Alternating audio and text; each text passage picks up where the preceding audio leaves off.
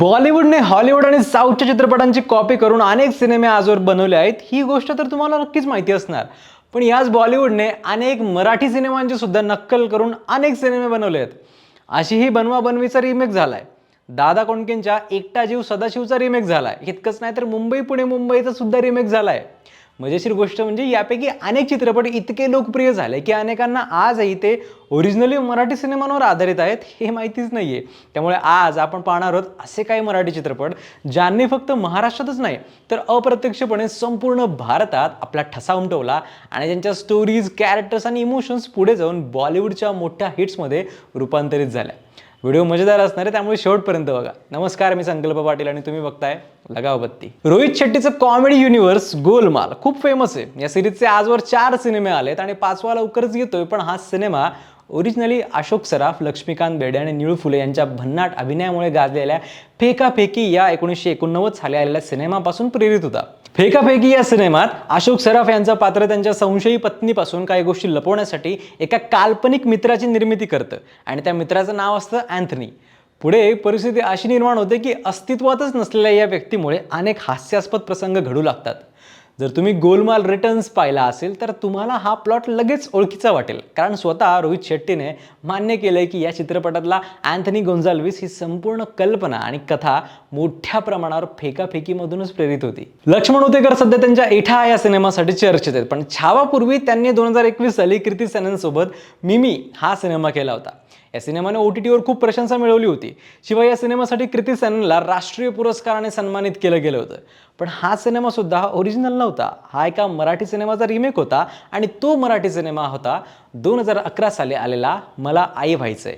या चित्रपटाने सरोगसी या विषयाकडे लोकांचं लक्ष वेधलं. एका परदेशी जोडप्याचं मूल जन्माला घालणारी भारतीय महिला आणि त्यानंतर निर्माण होणारे भावनिक संघर्ष हा या चित्रपटाचा गाभा होता. या चित्रपटाला सुद्धा राष्ट्रीय पुरस्कार मिळाला होता. मिमी चित्रपटाच्या सुरुवातीलाच मला आई व्हायचं या मराठी चित्रपटाचं नाव ऑफिशियली दाखवण्यात आलं होतं, कारण हा एक ऑफिशियल रिमेक होता. मराठी कॉमेडीचा उल्लेख झाला आणि अशी ही बनवा बनवीचा उल्लेख झाला नाही असं होऊच शकत नाही. सचिन पिळगावकर, लक्ष्मीकांत बेर्डे, अशोक सराफ आणि सिद्धार्थ रे यांच्या अभिनयाने हा चित्रपट अक्षरशः अमर झालाय. घर मिळवण्यासाठी 2 मित्र स्त्रियांचं रूप धारण करतात आणि त्यानंतर निर्माण होणारी गोंधळाची मालिका आजही लोकांना पोट धरून हसायला लावते. पुढे याच भन्नाट कल्पनेवर पेईंग गेस्ट हा हिंदी चित्रपट बनवण्यात आला. श्रेयस तळपदे आणि जावेद जाफरी यांनी या चित्रपटात मुख्य भूमिका साकारल्या होत्या. अर्थात मराठी चित्रपटाची जादू हिंदी आवृत्तीला पूर्णपणे पकडता आली नाही आणि सिनेमा फ्लॉप सुद्धा ठरवला गेला होता. आता बोलूयात अशा एका चित्रपटाबद्दल ज्याने भारतीय सिनेमाचा चेहरा मोहराच बदलून टाकला. 2016 मध्ये आलेल्या नागराज मंजुळे दिग्दर्शित सैराटने महाराष्ट्रात इतिहास घडवला. ग्रामीण भागातली प्रेमकथा, जाती व्यवस्थेवर केलेलं भाष्य आणि धक्कादायक शेवट यामुळे हा चित्रपट फक्त मराठी चित्रपट राहिला नाही तर नॅशनल लेवलवर चर्चेचा विषय बनला होता. करण जोहरच्या धर्मा प्रोडक्शनने या चित्रपटाचे हिंदी राईट्स विकत घेतले आणि 2018 मध्ये धडक प्रेक्षकांसमोर आला. जान्हवी कपूर आणि ईशान खट्टर यांची जोडी या चित्रपटात पाहायला मिळाली. विशेष म्हणजे झिंगाट गाण्याचं हिंदी रूपांतर सुद्धा अजय अतुल यांनीच केलं होतं. पण अनेक प्रेक्षकांच्या मते धडकने सैराटच्या भावनिक ताकदीला आणि वास्तववादाला स्पर्श सुद्धा केला नाही. बॉक्स ऑफिसवरही सिनेमा विशेष चालला नव्हता. सैराटचे तर हिंदीसोबतच 5 वेगवेगळ्या भाषांमध्ये रिमेक झालेले आहेत. त्या सिनेमांची नावं तुम्हाला माहिती आहेत का? कमेंट्समध्ये नक्की सांगा. 2010 मध्ये आलेल्या सतीश राजवाडे दिग्दर्शित मुंबई पुणे मुंबईने एका दिवसात घडणारी साधी पण सुंदर प्रेमकथा लोकांच्या मनात घर करून गेली होती. स्वप्नील जोशी आणि मुक्ता बर्वे यांच्यातले संवाद, केमिस्ट्री आणि 2 शहरांमधला सांस्कृतिक फरक यावर आधारित हा चित्रपट प्रचंड गाजला. पुढे या चित्रपटाचे हिंदी हक्क विकत घेण्यात आले आणि मुंबई दिल्ली मुंबई हा सिनेमा तयार झाला. पिया वाजपेयी आणि शिव पंडित हे कलाकार या सिनेमात मुख्य भूमिकेत होते. जरी हिंदी चित्रपटाने फार मोठं यश मिळवलं नसलं तरी त्याची मूळ कथा पुन्हा एकदा मराठी सिनेमातूनच आली होती. आणखी एक रंजक उदाहरण म्हणजे पोस्टर बॉयज. 2014 मध्ये आलेल्या या मराठी चित्रपटात एका गावातल्या 3 सामान्य माणसांचे फोटो चुकून नसबंदीच्या पोस्टरवर झळकतात आणि त्यानंतर त्यांच्या आयुष्यात निर्माण होणारा गोंधळ हा या चित्रपटाचा मुख्य विषय होता. सामाजिक व्यंग आणि विनोद यांचा उत्तम मिलाफ या चित्रपटात पाहायला मिळाला. विशेष म्हणजे या चित्रपटात काम करणाऱ्या श्रेयस तळपदेनेच पुढे त्याचा हिंदी रिमेक दिग्दर्शित केला. 2017 मध्ये आलेल्या हिंदी पोस्टर बॉयजमध्ये सनी देओल, बॉबी देओल आणि स्वतः श्रेयस तळपडे मुख्य भूमिकेत होते. दादा कोंडके यांचा 1972 साली आलेला एकटा जीव सदाशिव हा सिनेमा खूप गाजला. विशेष म्हणजे पिंजरा सिनेमासोबत याचा क्लॅश झाला होता तरी सिनेमाने कल्टचा दर्जा मिळवला. या सिनेमात एक श्रीमंत जोडपं त्यांचं लहान मूल आजारातून बरं व्हावं म्हणून एका गावात मेंढपाळाकडे आणून ठेवतात.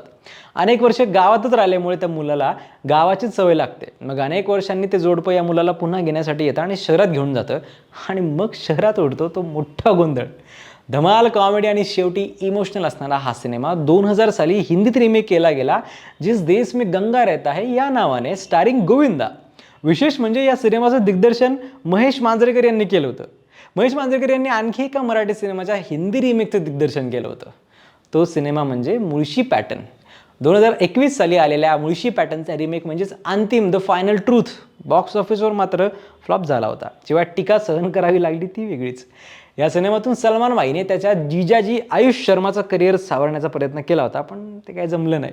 याशिवाय लक्ष्मीकांत बेर्डे आणि मोहन जोशी यांचा एक गाडी बाकी आहे नाडी या सिनेमाचा हिंदीत केला गेलेला रिमेक तर कदाचित लहानपणी तुमच्या आवडीचा असेल.